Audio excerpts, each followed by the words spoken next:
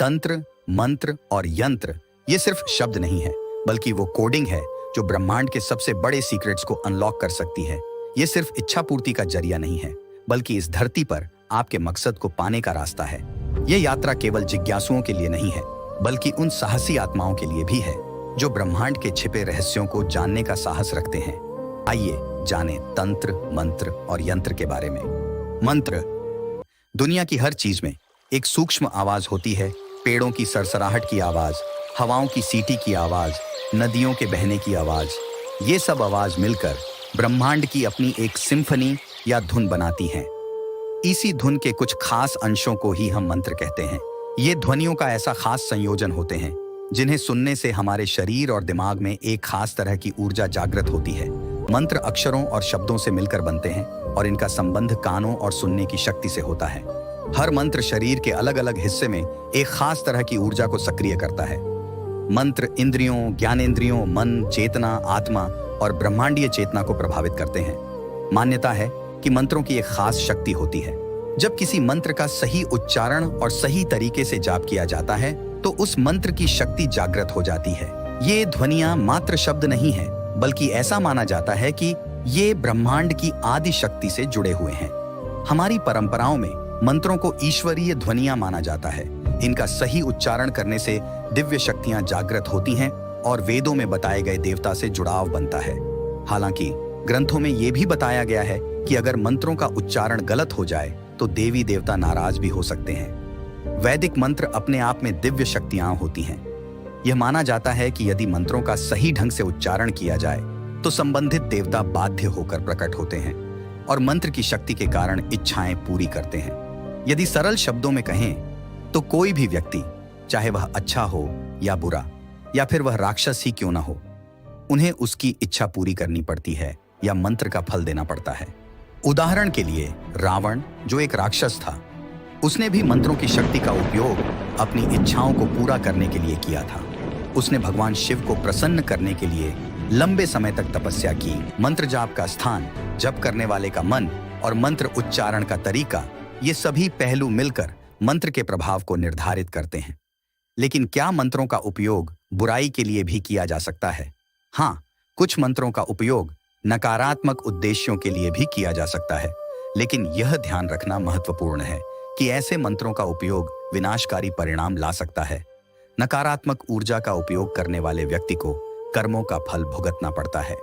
हर मंत्र में एक छिपी हुई शक्ति होती है। जब कोई जटिल यज्ञ किया जाता है तो कई सारे वेदों से एक साथ मंत्रों का जाप या पाठ किया जाता है। साथ ही कई देवी देवताओं का आह्वान किया जाता है।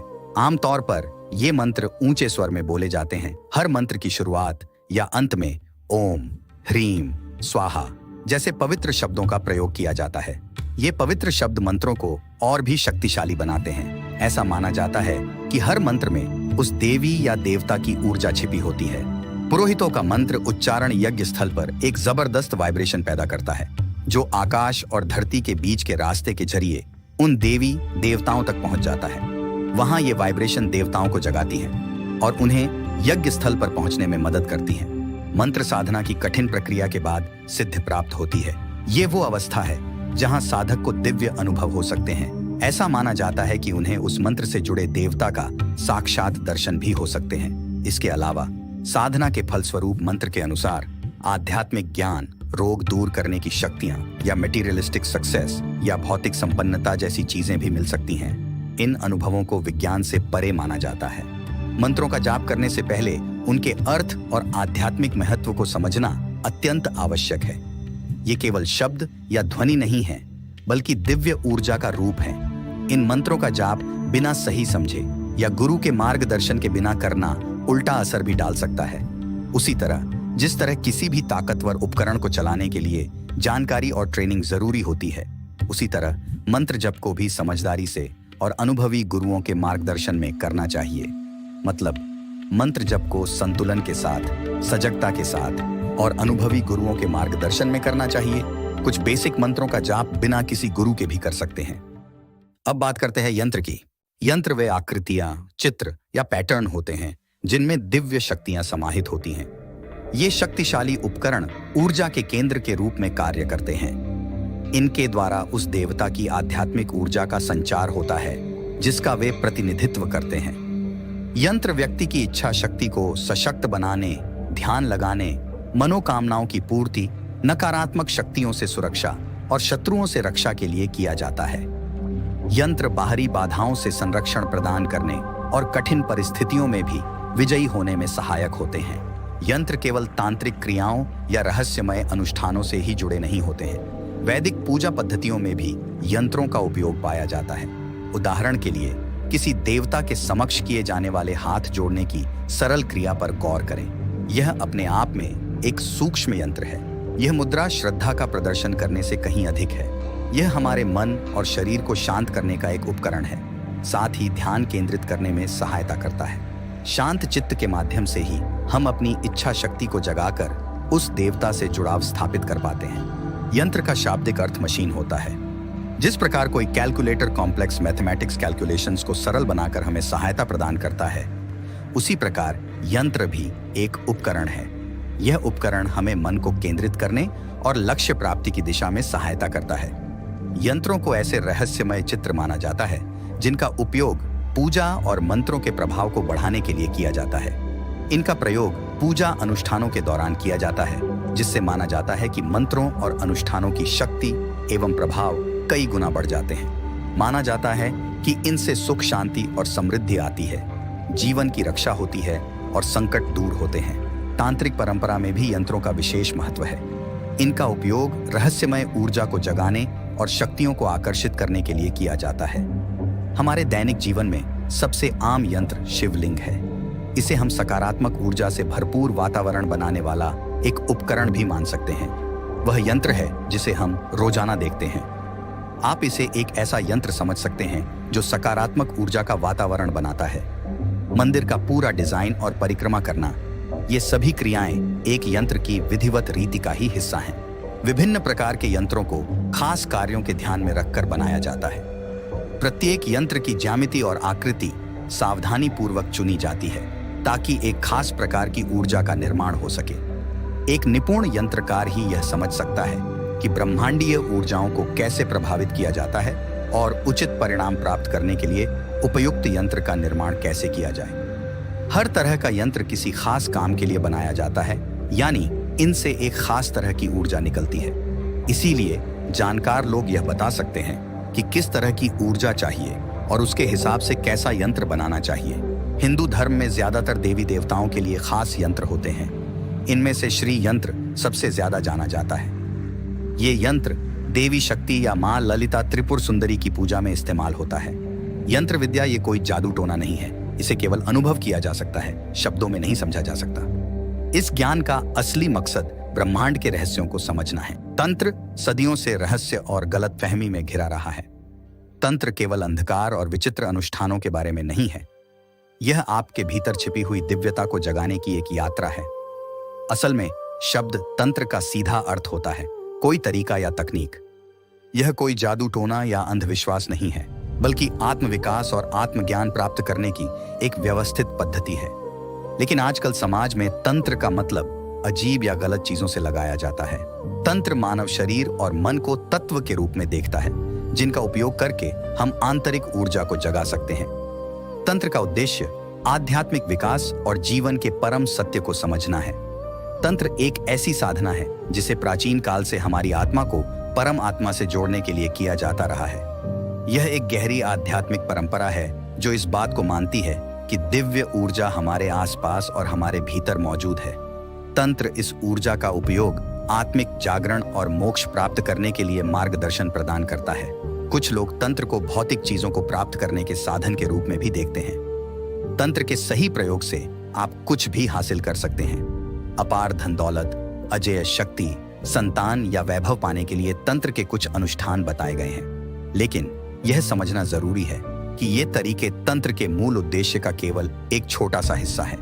तंत्र आध्यात्मिक विकास और आत्मिक जागरूकता पर केंद्रित है। यह हमें ब्रह्मांड से जुड़ने और जीवन की गहरी समझ प्राप्त करने में सक्षम बनाता है। लेकिन कुछ तांत्रिक संप्रदाय विवादास्पद साधनाओं के लिए जाने जाते हैं। ये साधनाएं अक्सर बेहद कठोर होती हैं, जिनमें आत्म पीड़ा, समाधि के लिए जमीन में गाड़ना और यहाँ तक कि नशीली दवाओं का इस्तेमाल भी शामिल है। ये साधनाएं आम जनता के लिए एक भयावह रहस्य हैं, जिसकी वजह से तंत्र कई लोगों के लिए एक वर्जित विषय बन जाता है। नतीजतन इन संप्रदायों की कई साधनाएं गुप्त रखी जाती हैं और सिर्फ गुरु द्वारा चुने हुए और दीक्षित शिष्यों को ही सिखाई जाती हैं। यह गुप्तता ही तांत्रिक मतों को और भी विवादग्रस्त बना देती है। भारतीय आध्यात्मिक परंपरा में तंत्र सदियों से एक गहन और अभिन्न अंग रहा है। यह न केवल प्राचीन काल से चला आ रहा है, बल्कि आज भी हिंदू सन्यासी और वैरागी परंपराओं के अनुष्ठानों और आध्यात्मिक साधनाओं में अपना महत्वपूर्ण स्थान बनाए हुए है। बहुत से लोगों को लगता है कि तंत्र का मतलब सिर्फ अजीबोगरीब चीजें और गलत कार्य करना है। कई लोगों का मानना है कि तांत्रिक सिर्फ सेक्स और अन्य अवांछनीय कार्यों के लिए ही तंत्र का इस्तेमाल करते हैं। तंत्र में कुछ ऐसी क्रियाएं भी हो सकती हैं, लेकिन ये सिर्फ तंत्र का एक छोटा सा हिस्सा है। असल में तंत्र का लक्ष्य आध्यात्मिक विकास और मोक्ष की प्राप्ति है। ऐसा लगता है कि तंत्र विद्या अति उपभोक्तावाद, भौतिकवाद और सुखवादी प्रवृत्तियों को पनपाने का जरिया बन गई है। ये कामुकता, वासना और अश्लीलता को तृप्त करने का माध्यम मात्र बनकर रह गई है। कुछ लोग इसका इस्तेमाल वशीकरण, जादू टोना और अलौकिक शक्तियों के अधर्मिक प्रयोग के लिए भी करते हैं। ये सीधे अंधकार और आत्मविनाश की ओर जाने वाला रास्ता है। यह साधक के चरित्र पर निर्भर करता है कि वह इसका इस्तेमाल भौतिक लाभ के लिए करेगा या आध्यात्मिक उन्नति के मार्ग पर चलेगा। तंत्र सभी परंपराओं या तकनीकों में सबसे खतरनाक रास्ता है। यह ऐसा है जैसे दो धार वाली तलवार पर चलना हो। केवल एक सिद्ध साधक, जिसने अपनी इंद्रियों को जीत लिया है, जिसे अपनी इंद्रियों पर पूरा नियंत्रण है, वही तंत्र के इस मार्ग पर चलने का साहस कर सकता है। इसलिए एक सामान्य व्यक्ति के लिए तो तंत्र से जुड़े स्थानों में जाने के बारे में सोचना भी सख्त मना है। तंत्र में साधक को सूक्ष्म जगत की कई शक्तिशाली ऊर्जाओं का सामना करना पड़ता है। अगर वह अच्छी तरह से तैयार नहीं है तो ये ऊर्जाएं उसे पूरी तरह से बर्बाद कर सकती हैं। ऊर्जा तो बस ऊर्जा ही होती है, उसकी अपनी कोई समझ नहीं होती। अगर कोई गलत इरादे वाला व्यक्ति भी इन शक्तियों को पा लेता है तो वह आसानी से दूसरों को नुकसान पहुंचाने के लिए इनका इस्तेमाल कर सकता है। यही कारण है कि तंत्र के ज्ञान को शुरू से ही आम लोगों से गुप्त रखा जाता था। इसलिए गुरु के लिए यह अनिवार्य हो जाता है कि वह ज्ञान को गुप्त रखे और उसे केवल उसी शिष्य को प्रदान करे जो पूर्ण रूप से योग्य हो। आज भी भारतीय गांवों में तांत्रिक आसानी से मिल जाते हैं। इनमें से कई तांत्रिक ग्रामीणों की समस्याएं सुलझाने में उनकी मदद करते हैं। हर वह व्यक्ति जो गांव में रहा है या जिसने अपना बचपन वहीं गुजारा है, उसके पास कोई ना कोई कहानी जरूर होगी। गांव में जो चीजें आसानी से मानी जाती हैं, वो शहर के लोगों को इलॉजिकल और अनसाइंटिफिक लग सकती हैं। यह ब्रह्मांड एक विशाल ऊर्जा का सागर है। तंत्र, मंत्र और यंत्र इन ऊर्जाओं को समझने और नियंत्रित करने के प्राचीन मार्ग हैं। ये सब ऊर्जा के बारे में है। ये पूरे ब्रह्मांड में ऊर्जा के साथ खेलने जैसा है। ये सब इस बात पर निर्भर करता है कि इसका उपयोग कैसे करना चाहते हैं। कुछ लोग इसका उपयोग भौतिक चीजों के लिए करते हैं, कुछ आध्यात्मिकता या दूसरों की मदद के लिए करते हैं और कुछ इसका उपयोग बुरे कामों के लिए करते हैं। तंत्र शरीर और मन दोनों को शामिल करने वाली एक व्यापक साधना विधि है। मंत्रोच्चार द्वारा साधक ब्रह्मांड की अनुनादित आवाजों से जुड़ने की कोशिश करता है। यंत्र दृश्य प्रतीकों और आकृतियों के माध्यम से शक्ति को आकर्षित करने की एक विधि है। मंत्र साधना मुख्य रूप से सात्विक है, यंत्र राजसिक है और तंत्र तामसिक है। शक्ति न केवल इन क्रियाओं में है बल्कि हमारे भीतर है। हम सभी दिव्य ऊर्जा के अंश हैं। तंत्र मंत्र यंत्र का सदुपयोग आध्यात्मिक उन्नति, परोपकार और मोक्ष प्राप्ति में सहायक हो सकता है, जबकि दुरुपयोग विनाश का कारण बन सकता है। इस विषय पर आपके क्या विचार हैं? अगर आपके पास इस विषय से संबंधित कोई गहरी जानकारी या अनुभव है तो आप उन्हें कमेंट्स में शेयर कर सकते हैं।